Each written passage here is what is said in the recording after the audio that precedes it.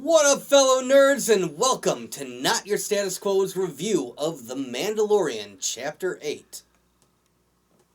And remember, if you like what you see here, please like the video, subscribe, maybe make a comment or two, tell your friends about it. What do you think, Keith? Yeah, and ring the bell so you'll be notified of our future videos.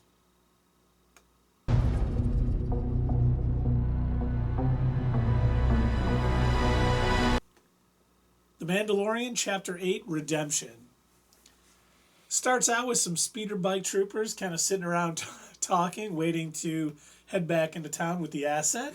Oh, this is hilarious. Okay, so you know what? I think we can just finally forget what Ben Kenobi said back in episode 4, where he said only an Imperial trooper could have this accurate of aim. Yeah, clearly he's never actually met a stormtrooper. He didn't mention what kind of trooper. You know, there's a different level. Yeah, he still thought they were clone troopers. So if you guys, yeah, that's true. He could have been thinking of that, and they did kill all of his buddies. So rest in peace, Jedi. But Order 66. Yeah. So going back to like what Bill Burr was talking about in that one episode, kind of recapping that. Yeah, stormtroopers clearly have terrible aim. Well, and we see that in practice when they're doing their little target practice. They're trying to hit that little target, and both are just missing wildly. Such a great scene. It was so well done. And it's funny. They're at one point they're looking at the rifle, thinking, "Well, it must be this. It's not us." And then it really gets good because the one wants to see the asset, and the other one doesn't want him to see it. Doesn't want him to open it, and they're kind of arguing back and forth. And well, they both punch Baby Yoda at one point. Right? Oh God, poor Baby Yoda. Shame on you guys. You shouldn't be punching Baby Yodas. Mm-hmm.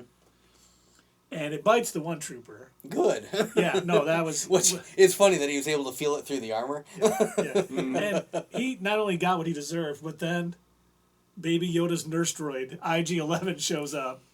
Oh. And he basically just beats the living tar out of these stormtroopers. It was a bad episode for stormtroopers because IG-11... And then what the armorer does. You know what I felt like when I saw that scene, when he comes flying up out of, riding up or whatever, out of nowhere. Han Solo, episode 4. Just out of nowhere. You don't expect him to come in, and there he is to save the day. And it's funny, because IG-88 was in Empire Strikes Back, and all you did was really see him standing there. Yeah. And it was like such a tease, seeing there's an assassin robot out there. Right. What can it do? And The Mandalorian has answered that question, because... IG-11 is just, in the first episode, when he's just blasting everyone in that town, and then this episode, not only beating up the stormtroopers, but riding into town, which we'll get to in a minute. Yeah. So, who were these stormtroopers played by? It was Jason Sudeikis, and I can't remember the other guy's name, but two really famous people. Mm-hmm. I don't know if it was in the one of the newer trilogy movies, but I also heard that a couple of other famous actors have put on stormtrooper gear as well. James Bond was a stormtrooper in Force Awakens. Mm-hmm. Harry Styles, I believe, was one in Rise of the Skywalker. Oh, I did not know that. Yeah, they do a lot of... I forgot who it was in The Last Jedi. What's that singer's name? I can't think of it right now, but yeah, he was a stormtrooper as well. So yeah, that's pretty cool. They're keeping up with that this idea of having famous people behind the mask. Either Jon Favreau really has a lot of famous friends who are like, yeah, I'll be a stormtrooper for 2 minutes in an episode and get killed, or just everyone wants to be in Star Wars in this. Like wants to come I think so. I thought that with the Dominic Monaghan scenes in the Rise of Skywalker, I thought maybe he's going to have a more important part, but no, he was just kind of a bit guy. And, it's cool to be in a Star Wars movie, I guess. Hey, it's geek cred, I suppose. Yeah. Well, next, then we see Moff Gideon talking to them inside the building, letting them know he knows everything about Greef Karga, Cara Dune of Alderaan. That was pretty shocking. It now makes a lot of sense. Once she's again, been away from Alderaan for a long time, then. They've talked about her hatred of the Empire so much, and you always just assume it's because she was fighting for the rebels or whatever. Then you find out she's from Alderaan. Yeah. It really, everything falls into place. They didn't beat you over the head with it. They just kind of announced it right then. And I was like, I paused. Exactly. So I was like, damn. Like in that last episode when she's not about it, and then he says, "Is there Imperial?" Doesn't matter. Now I'm she's in. on board. Yep. I'm in. Yep. Son of a bitch, Well, I'm in. I'm glad we finally got some redemption because Princess Leia was broken up for all of 5 seconds. Like, oh, Alderaan. Yeah, but off camera, she was a wreck, dude. Yeah. Oh, well, okay, Yeah, all right. You didn't see those moments where she was alone.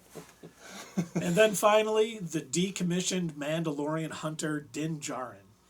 We finally get his name. Mm-hmm. Finally learn a little more about him. Finally get that cutscene where we find out, more about what happened to him. We find out later he wasn't born on Mandalore. He's a Right. foundling, which we've heard before. Yeah, and they basically repeat, more or less what they've said in a couple of other episodes, that it's not a race of people, it's about the creed. It's about, what you decide to be. And, they've kind of mentioned this already before, that a lot of the current Mandalorians are all built up of foundlings. They're all people who have, been found by other Mandalorians, brought into the creed. They know the way, and are now Mandalorians themselves. Yeah, and he even talks about something we haven't heard before, Night of a Thousand Tears. Yeah. And then sounds like Moff Gideon might have been a part of the Purge of Mandalore. Which, if they have some sort of cross thing going on, and in the new season of the Clone Wars that comes out at the beginning of February, if they have something about this in there, I mean, Genius. yeah, they are. Yeah. I'm just going to start throwing money at Dave Filoni and Jon Favreau. Not that they need it, and not that I have enough extra to do so. But It's just an appreciation of putting out some real quality product. Mm-hmm. So I'm noticing a couple of Nazi similarities here with the Empire and, leading up into what will become their First Order, where they're all, goose-stepping and raising their hands eventually. But, yeah, this whole Night of a Thousand Tears sounds a little bit like Hitler's own purge when he decided he was going to kill a whole bunch of people. And so, yeah, we're sort of up in the ante here. And Moff Gideon is also kind of basically reprising his role from Breaking Bad, for those of you who remember it. Gus Fring. Gus Fring, yeah. And just as badass as ever, real cool. And also, going back to our stormtrooper friends, I love the conversation that they're having about Moff Gideon, about how he's just offed a dozen of his troopers just because they weren't quick enough or on time. And then he says, well, he just offed the commander because he talked back to him. Because he interrupted him. Right, he interrupted him. well, and we find out that he was an intelligence officer with the Empire, so he's like baddest of the bad. This goes back to the animated series where we're introduced to that section of the Empire. Yep. And then we see what could be my favorite scene is IG-11 driving through town, blasting every stormtrooper he sees with such exact precision, and a little giggle out of Baby Yoda. He's probably happy after getting punched a couple times. And, Payback.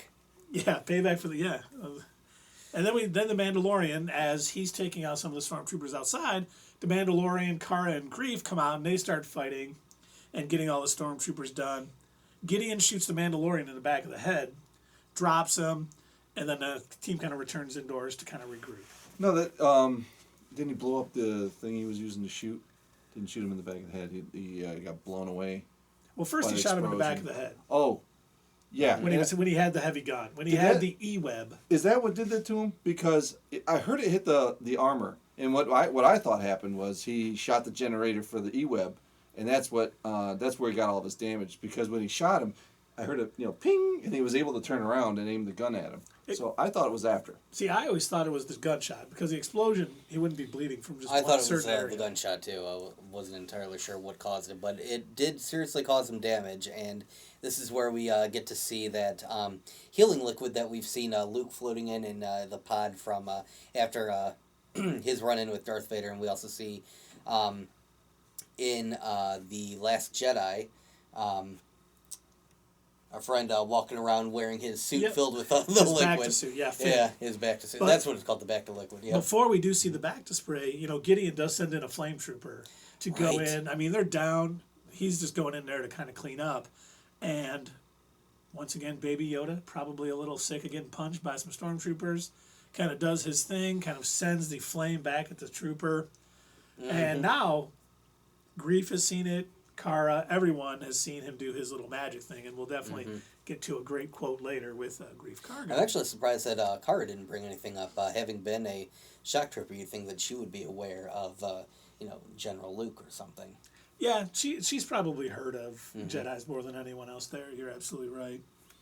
And then the Mandalorian is going to send everyone else through the sewer grate just to find the Mandalorian enclave. And then, Which I was surprised that any of them.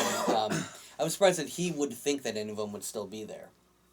Oh, that's a good point. I didn't even think of that when I was watching it. But once they showed themselves, we find out later they get rooted out. But he sends everyone off. IG-11 stays behind.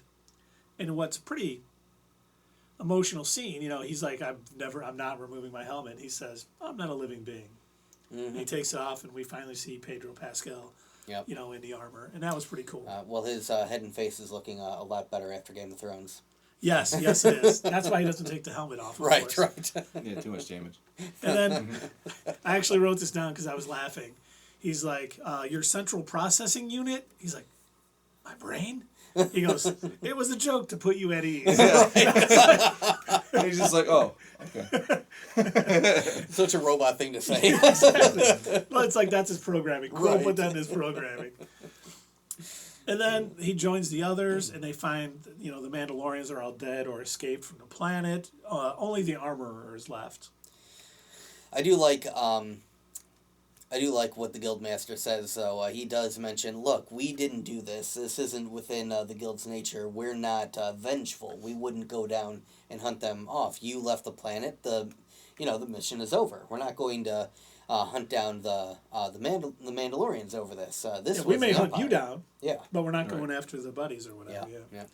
And then she tasks him with taking care of the founding child like it's his own. Yeah. He's basically a foundling now. Yeah, He's too absolutely. young to train, but you have to discover its origins, return it to its kind, and the armorer fashions the Mandalorian his own signet, and he gets a mud horn.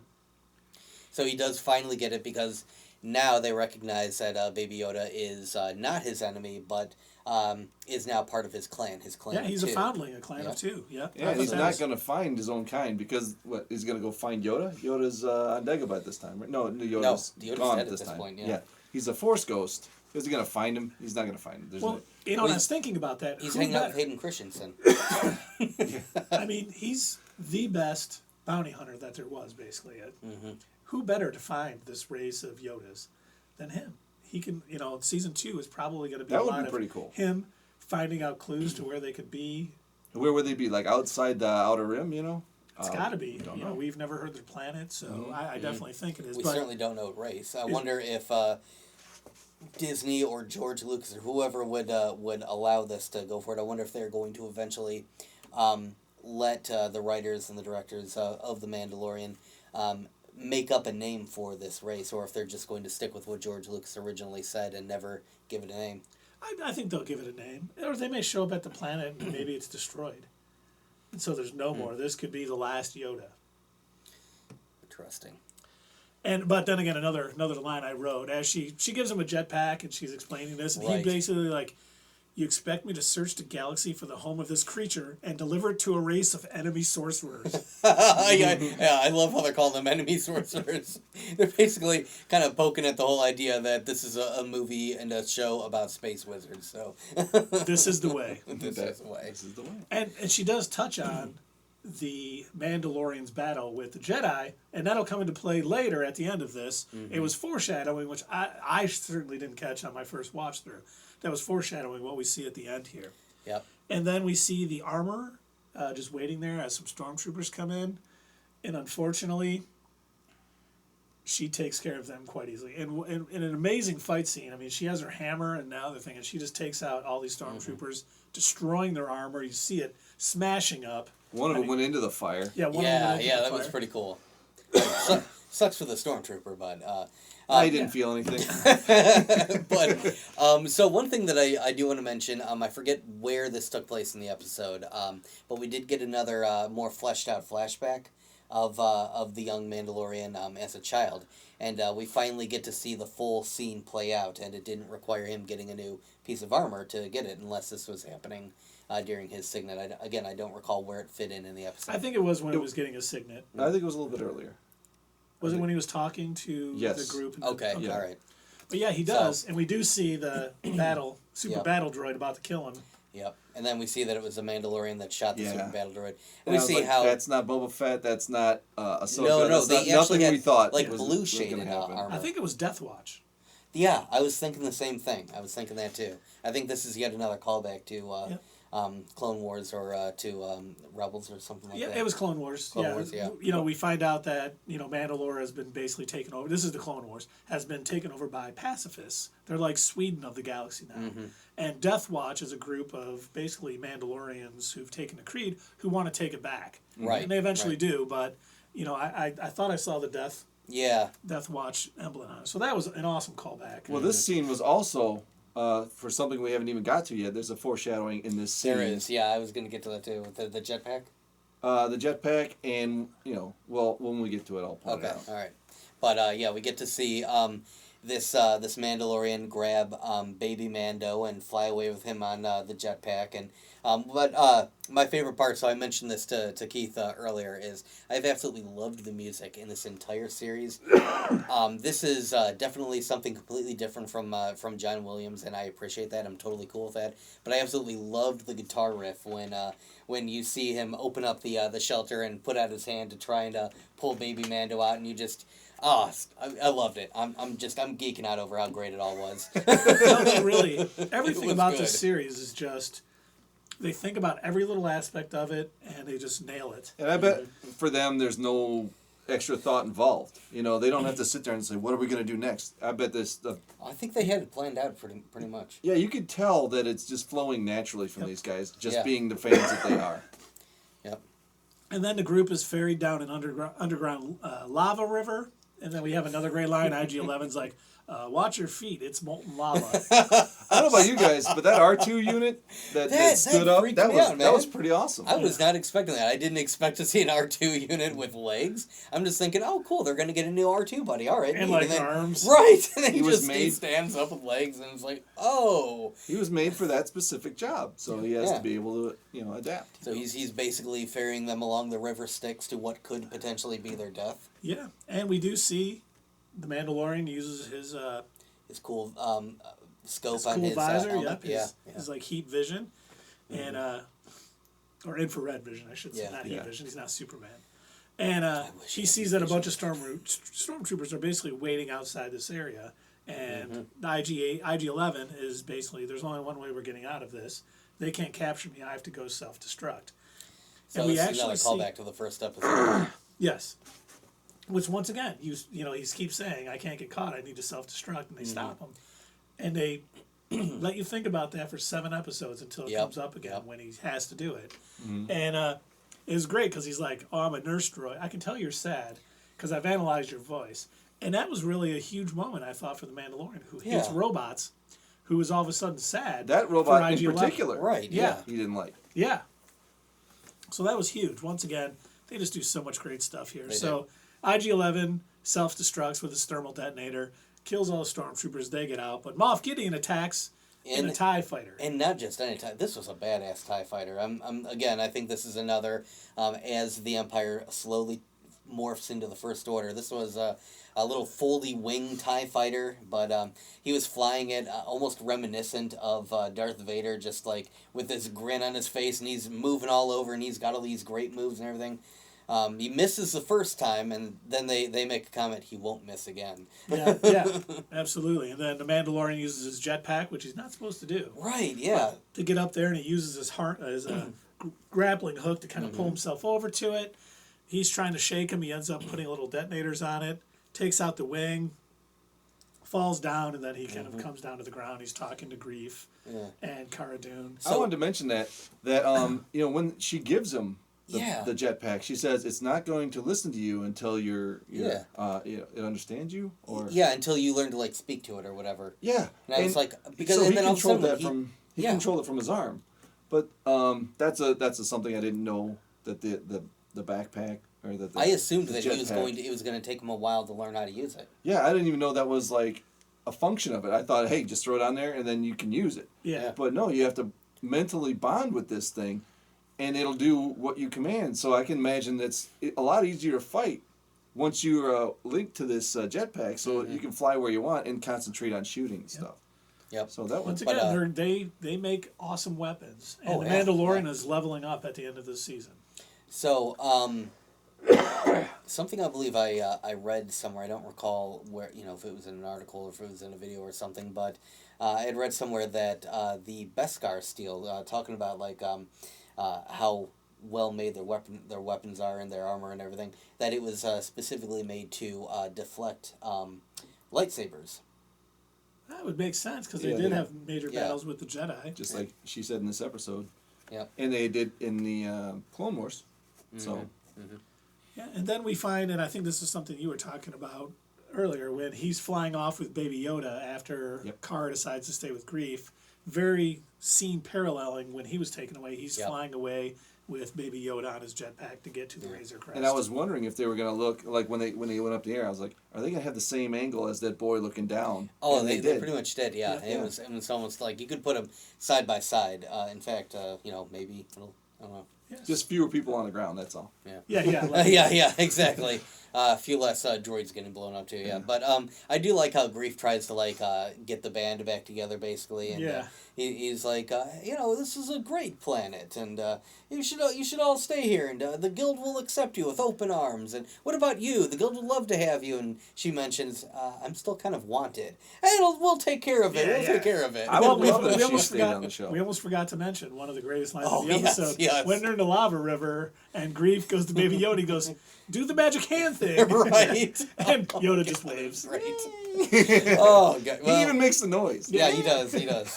Cuteness levels through the roof, And then finally, we see the last scene where the downed TIE fighter of Moff Gideon. Now, I knew he was going to still be alive because, It didn't blow up. When Well- it didn't blow up, I'm like, he's not dead. Even if it had blown up, we saw in The Force Awakens that Poe and Finn survived their TIE fighter crash. So, yeah, obviously, if a TIE fighter crashes on planet level, I'm sure I knew he was going to be fine. First off, he's too cool of a bad guy. Which is funny because on Earth and other movies, when cars crash, they explode. But you got a TIE fighter, you're fine. It's all right. Better built. Yeah. But then we see, a couple Jawas working on it, and all of a sudden you just see the Darksaber Working on it. scavenging it. But they see the Darksaber cutting Right. open a hole and him coming out. Oh my God, as soon as I saw that blade pop through, I squealed like a girl. I was in total fanboy mode. That was amazing. Well, it means so much because the Darksaber is basically the Mandalorian sort of crown. Yeah, it was, If you wield it, you basically rule Mandalore. Yeah, it was created by the first Mandalorian Jedi. So, and it was retaken by the Mandalorians after they raided the Jedi Temple. So it means a lot to them. It was And the used only against the Jedi in their big battles. And we saw that Death Watch had it. And he fought Obi-Wan Kenobi in the Clone Wars. And Darth Maul gets a hold of it at one point. So this Darksaber has been all over. And kind of, the last we see it, Sabrine Wren from Rebels was giving it to Bo-Katan, who was another Mandalorian. So I really hope we find out how the Darksaber went from Bo-Katan to Moff Gideon. Is Moff Gideon basically ruling Mandalore right now? Who knows? Or did he just liked the weapon and took it and just left? I mean, we saw that Empire warlord basically had Beskar steel. Now we see that they have the Darksaber. So what else have they taken from the Mandalorians, Yeah, and we may, during the Great Purge, Night of a Thousand Tears, if this is something we talked about earlier that coincides the Clone Wars with this, we see something about the Great Purge in this next season of the Clone Wars, that would be phenomenal. We could almost do a whole other video on the Darksaber, I swear, because there's so much lore to it. There really is. There's so much history to it and so much is going on. It's shown up in 3 shows now. Clone Wars, Star Wars Rebels, and now The Mandalorian. And who knows if it'll show up in, these other Disney Plus series that are getting ready to come out. We might even see it make an appearance in the Obi-Wan series or something. Which would be great, with Ewan McGregor. Ewan McGregor. So for those of you who would like to, comment on our video about a lack of Ewan McGregor, well, You'll get your fill during the Obi-Wan Disney Plus series. But one thing I thought about too at the end of this, we never found out who the Spurs guy was on Tatooine that went on to. They made you think so much that was going to be Boba Fett, so I wonder if that's going to come back in the. I love how they can do that and foreshadow it into another season now. Yeah. And we still got the people locked up in the New Republic ship that are Bill Burr and his buddies may come after him. And he'll meet up with them and they'll help them out. You know, you never know. But the great news was after this aired, Jon Favreau tweeted, put on Instagram, an image of a new character for season 2, which is a Gamorrean. If you guys remember the sort of pig battle axe wielding guards from Jabba's palace. Mm-hmm. So once again, he's not creating a new race. It's something that's already been out there that he can expand upon. Just totally handling this the right way. You know, I love that. I absolutely love seeing that in this series, how they're pulling so many elements that you only get like a quick flash of in other movies or in shows or whatever. Like, when we got to see that little cat creature show up again, and we're cat. we're learning more and more about these. So like we're diving into more detail about some of these races or creatures that you otherwise wouldn't know much about. Like I absolutely loved how. In the very first episode of The Mandalorian, how he's going after, capturing that dude, and we find out that there are other races out there that celebrate Life Day. That was a nice little nod, learning about that. And that's what I like about like all these characters that anybody that you saw in Jabba's castle. Yeah. That they could go in there and just take any of them and make like an episode about them, or even just tell their story. I love seeing that we've got Jawas on all these other different planets. Jawas on Navarro. I wonder if they keep in touch with the Jawas on Tatooine. I think somebody had mentioned that they have different colored eyes, and that's how you know that they're a different planet's version of the Jawa. Oh, wow. Like, the ones in The Mandalorian had red eyes, whereas the ones on Tatooine had yellow eyes, I believe. Oh, I did not know that. Well, that'd be something to go back and look at. Yeah, well, definitely. And if they did do that, that's amazing. That's some great storytelling. Yeah. Now I think we should give our ratings for the season 1. We haven't been really giving each episode a rating, but now I think we should give an overall rating for the season. Dave, would you like to start? I'm gonna give this because I always rate things on a Smallville scale, and I rate Smallville. I was gonna ask you. That's right. We didn't ask this question. Is The Mandalorian better than Smallville, Dave? It's very close. I'd say if Smallville's a 10, Mandalorian's a 9.9. Yeah. All right. You know what? I've definitely got to give this like a 9.8, 9.9 on our scale out of 10, because I have, even the filler episodes, if you can call it that, I have loved every bit of it. It's been packed with so much lore and so much interesting little details and so many nods. And I have said this multiple times, that this is how you do little nods to the fan correctly. Yeah, this is a good way to do fan service. Like, they were bringing up so many things, like the whole idea of the stormtroopers having terrible aim, things that us as fans would talk about that has never been mentioned in the movies. And non-stormtroopers being mad that you think they're stormtroopers. Absolutely, yeah. It's been great all the way through. I've loved the music. I love that the actor who played the Mandalorian, having worn the mask in every single episode except for a few seconds in this last episode, was able to alter his voice and know when to move his head, and was able to kind of like still show expression without showing expression on his face. That is that's some good excellent acting. That is great acting, great directing, excellent writing. I mean, I've just been impressed all the way through with this so far, and I'm looking forward to season 2. Yeah, and I agree with you guys. This is definitely a 9.9. Everything they did was perfect. They got great directors. They got great actors. The writing was great. They did fan service the right way by just intermingling it in the story. We saw some new characters, but a lot of the old sort of aliens showed up and new things. And everything they did just was spot on, including that ending that just left us wanting more. Oh, good. I mean, we do know that season 2 is coming fall 2020, and man, I just can't wait. I'm so glad that it wasn't a cliffhanger, because waiting another 9 months for another episode would just be like, what the? It's still going to be killing me. Like, I cannot wait I need it to be fall 2020 right now. I know. I'm going to be waking up in the middle of the night like, how did he get the Darksaber? Right? Yeah. Well, thanks everybody for watching, and we'll see you soon.